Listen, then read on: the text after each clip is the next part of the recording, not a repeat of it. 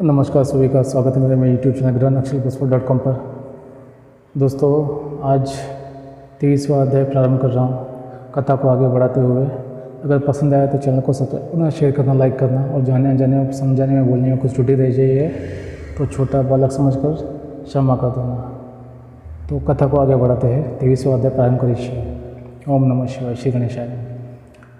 धर्मराज राजा बोला, है मुनि में श्रेष्ठ, है दीनों पर दया करने वाले श्री पुरुषोत्तम मास में दीपदान का फल क्या है, सो कृपा करके मुझसे कहिए। श्री नारायण बोले, इस प्रकार राजा धर्मराज के पूछने पर अत्यंत प्रसन्न मुनियों में श्रेष्ठ वाल्मीकि मुनि ने हंसते हुए विनीत अत्यंत नम्र राजा धर्मराज से कहा। वाल्मीकि मुनि बोले, हे राजाओं में सिंह पराक्रम वाले, पापों का नाश करने वाले कथाओं को सुनिए, जिसके सुनने से 5 प्रकार के महान पापों का नाश को प्राप्त होते हैं।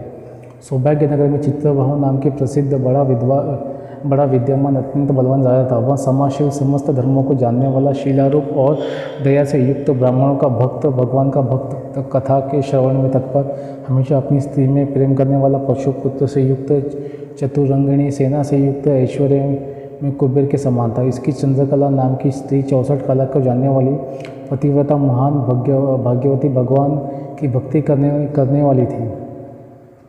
उसके साथ युवा चित्रबाहु राजा पृथ्वी को भोग करने लगा। बिना श्री कृष्ण के दूसरे देवता को नहीं जानता था। एक दिन पृथ्वीपति राजा चित्रबाहु ने दूर से ही आए हुए मुनियों में श्रेष्ठ अगस्त्य मुनि को देखकर पृथ्वी में दंडवत प्रणाम कर उनकी विधि पूर्वक पूजा की और भक्ति से आसन देकर मुनिश्रेष्ठ के सम्मुख बैठ गया। विनय से नम्र होकर मुनिश्रेष्ठ कहा। राजा बोला, आज मेरा जन्म सफल हुआ, आज मेरा दिन सफल हुआ, आज मेरा राज्य सफल हुआ, आज मेरा ग्रह सफल हुआ। आज जो आप श्री कृष्ण चंद्र के सेवक आज मेरे ग्रह में आए, आपसे देखा गया मैं ताप पुरुष से मुक्त हो गया हूँ। आज आपको हाथी घोड़े रक्त से युक्त समस्त राज्य समर्पण किया है। हे मुनिश्रेष्ठ, आप वैष्णव हो, आपके लिए कोई भी अधेय वस्तु नहीं है। वैष्णव को थोड़ा भी दिया हुआ मेरू पर्वत के समान होता है। जो कौड़ी के बराबर शाक अथवा उत्तम अन्न जिस दिन वैष्णव भावन को नहीं देता है, वह दिन उसका विफल है, ऐसा वेद के जानने वाले ने कहा है।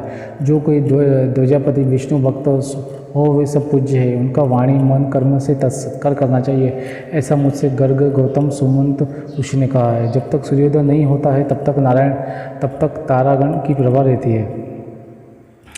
जब तक वैष्णव ब्राह्मण नहीं आता तभी तक दूसरे ब्राह्मण कहे गए हैं।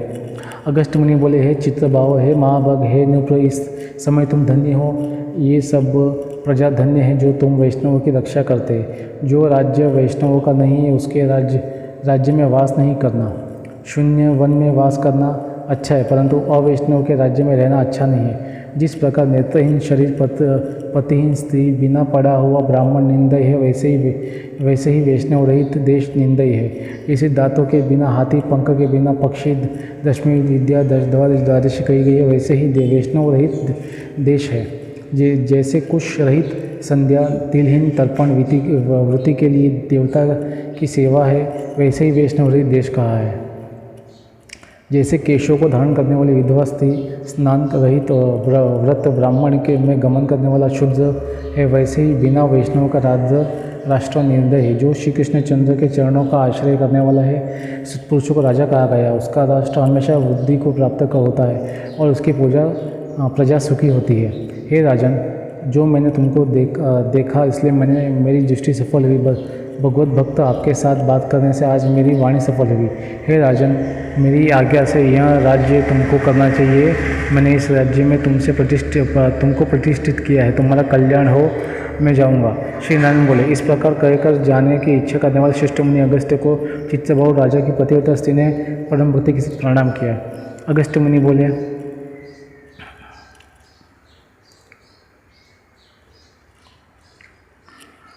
हे प्रभु। अगस्त्य मुनि बोले, हे प्रभु, तू सदा सौभाग्यवती हो, भक्ति से पति की सेवा करे। श्री गोपीजन के वल्लभ श्री कृष्ण चंद्र में तेरी सदा भक्ति हो। इस प्रकार आशीर्वाद देते हुए अगस्त्य ऋषि ने विनयपूर्वक शीर नवाकर और अंजलि बांधकर चित्रबाहु राजा ने फिर कहा। चित्रबाहु बोले, हे विपेंद्र, यह विपुल लक्ष्मी कैसे हुई? निष्कंटक राज्य कैसे हुआ, ये मेरी स्त्री इतनी पतिव्रता कैसे हुई, और मैंने कौन सा पुण्य किया था। हे विपेंद्र, ये सब मेरे से आप कहिए, मैं आपकी शरण में आऊँ। हे मुनीश्वर, आप हाथ में स्थित दर्पण के समान सब जानते हैं। श्री नारायण बोले। इस प्रकार राजा चित्रबाहु के कहने पर मुनिश्रेष्ठ अगस्त्य एकाग्रचित होकर श्री राजश्रेष्ठ चित्रबाहु से बोले।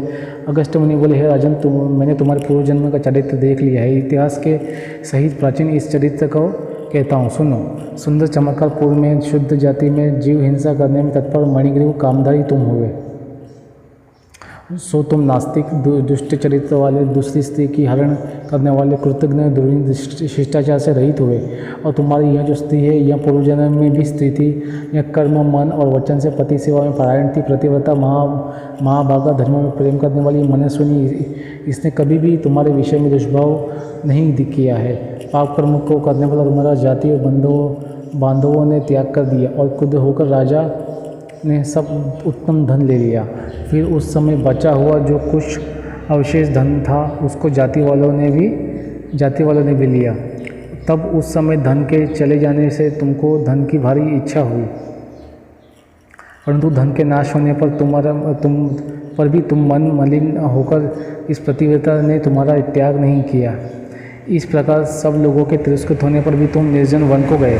हे महीपते, वन में जाकर तुमने अनेक पशुओं को मारकर अपनी आत्मा का रक्षण किया। इस प्रकार स्त्री के सहित जीवन निर्वाह करते हुए धनुष को उठाकर मणिग्रीव मृग के मांस को खाने की इच्छा से बहुत से सर्प और मृग से भरे हुए वन को गया।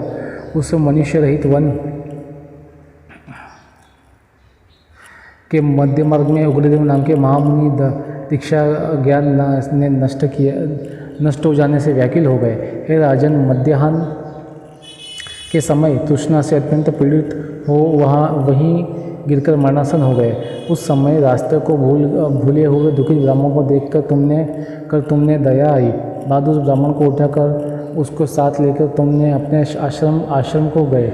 उस दुखित ब्राह्मण को तुम दोनों स्त्री पुरुष ने सेवा की। एक मुहूर्त के बाद समय महायोगी उग्रदेव चैतन्य को प्राप्त हुई। आश्चर्य करने लगे कि मैं वहाँ था, यहाँ कैसे आ गया, उस वन के बीच से कौन लाया। श्री नारायण बोले। मणिग्रीव ने उस ब्राह्मण से कहा, यह सुंदर तालाब है, इसमें कमलिनी के पुष्प से सुगंधित शीतल जल है।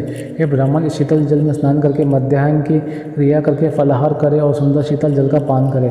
इस समय मैंने रक्षा की, आप सुख से विश्राम करें। हे मुनिश्रेष्ठ, आप उठिए और आप कृपा करने के योग्य है। अगस्त्य जी बोले। उस समय उग्रदेव ब्राह्मण श्रम रहित सावधान हो मणिग्रीव के वचन सुनकर तृष्णा से व्याकुल हो उठा। हे चित्रबाहो, मणिग्रीव की भुजा पकड़कर वटवृक्ष शैली तालाब के तट पर जाकर बैठ गया। वट की छाया में बैठकर क्षण मात्र विश्राम का स्नान और नित्य काम कर वासुदेव भगवान का पूजन किया। देवता पितरों को तर्पण कर सुंदर शीतल जल को पान कर उग्रदेव ब्राह्मण शीघ्र वट के मूल भाग में आकर बैठ गए। पत्नी सहित मणिग्रीव ने मुनिश्रेष्ठ उग्रदेव का नमस्कार किया और अतिथि संस्कार के लिए करने की इच्छा से विनय मुक्त वाणी से बोला। मणिग्रीव बोला, हे ब्राह्मण, आज मुझको तारने के लिए आप मेरे आश्रम हो आए। आपके दर्शन से मेरे पाप नष्ट हो गए। इस प्रकार उस ब्राह्मण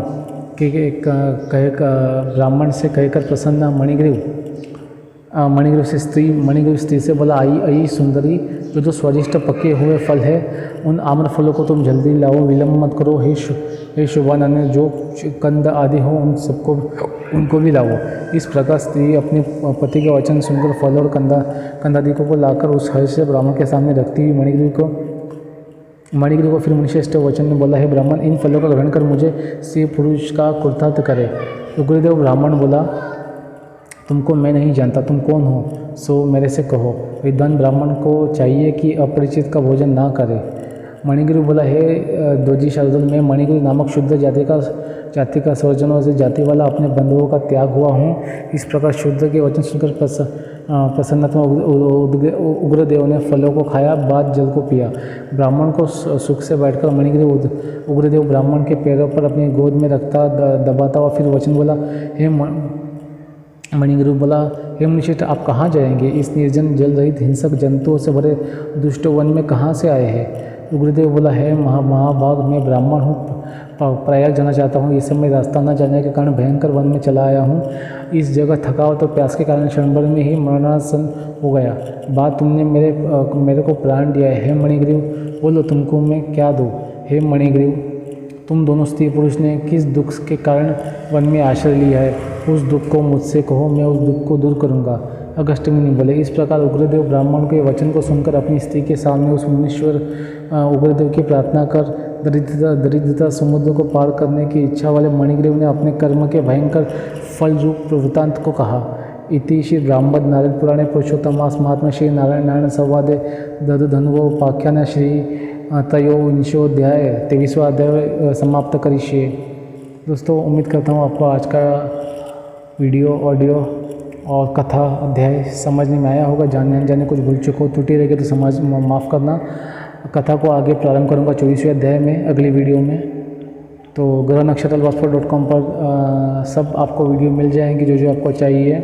कथा संपूर्ण कथा है पुरुषोत्तम मास की, आप सुनिए, इसका आनंद लीजिए और एक बार फिर से बोलिए पुरुषोत्तम भगवान की जय हो। ओम नमो भगवते वासुदेवाय नमः। ओम नमो भगवते वासुदेवाय नमः। ओम नमो भगवते वासुदेवाय नमः। ग्रह नक्षत्रवास्तु.com